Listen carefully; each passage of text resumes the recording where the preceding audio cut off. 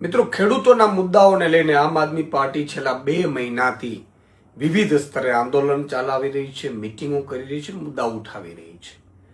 ખેડૂતોને આપે જોયું હશે કે હળદળમાં જે થયું, મોડાસામાં જે પશુપાલકની સાથે થયું એની હત્યા થઈ, સાથે સાથે એ ભાવનો મુદ્દો હોય, એપીએમસીમાં કડદા પ્રથાનો મુદ્દો હોય, એને જે વળતર મળવું જોઈએ પૂરતું એનો મુદ્દો હોય, કે હાઈ ટેન્શન લાઈન નાખવાનો મુદ્દો હોય, કે ખેડૂતોને કોઈના કોઈ રીતે હેરાન પરેશાન કરવામાં આવે છે, શોષણ કરવામાં આવે છે, એનો મુદ્દો હોય.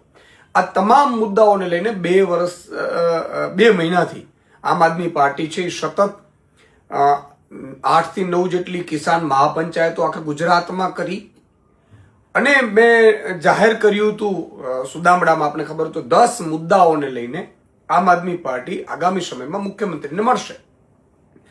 અને આપે જોયું હશે કે 8000 જેટલા ગામોમાં ખેડૂત ન્યાય પંચાયતો કરી અને લગભગ 80000 જેટલા ખેડૂતોનું સમર્થન પત્ર મેળવ્યું. હજી એ પ્રોસેસ ચાલુ છે.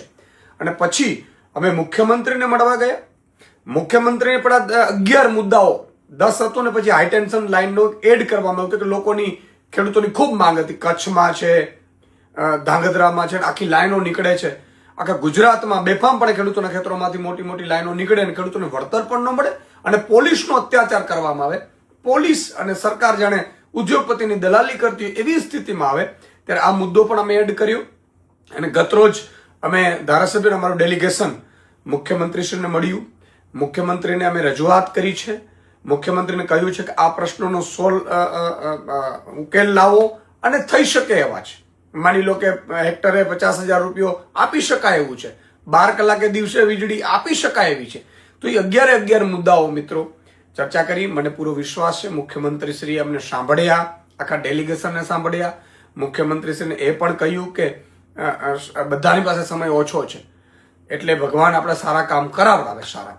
અને મુખ્યમંત્રીશ્રીએ ખાતરી પણ આપી છે કે આ પ્રશ્નોનું નિરાકરણ પણ લાવશું અને અમને સાંભળ્યું પણ ખરો. એ માટે હું ખેડૂતો વતી, ગુજરાતના ખેડૂતો વતી મુખ્યમંત્રીનો આભાર પણ માનું છું. પણ સવાલ એ છે કે આ 11 મુદ્દાઓ જો ઉકેલ નહીં કરવામાં આવે આગામી બજેટ સત્ર સુધીમાં, તો મેં એમને કહ્યું છે બજેટ સત્રમાં સુધીમાં જો આ ઉકેલ નહીં આવે ખેડૂતોના પ્રશ્નનો, તો સડકથી લઈ અને સદન સુધી, વિધાનસભા સુધી આમ આદમી પાર્ટી ફરીથી આંદોલન ચલાવશે અને જન આંદોલન પણ ઊભું કરીશું.